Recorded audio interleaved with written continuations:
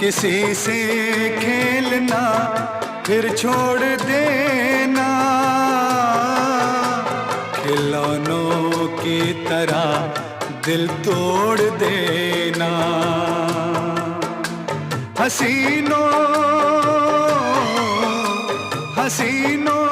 की ये आदत बन गई है, मोहब्बत अब तिजारत बन गई है, तिजारत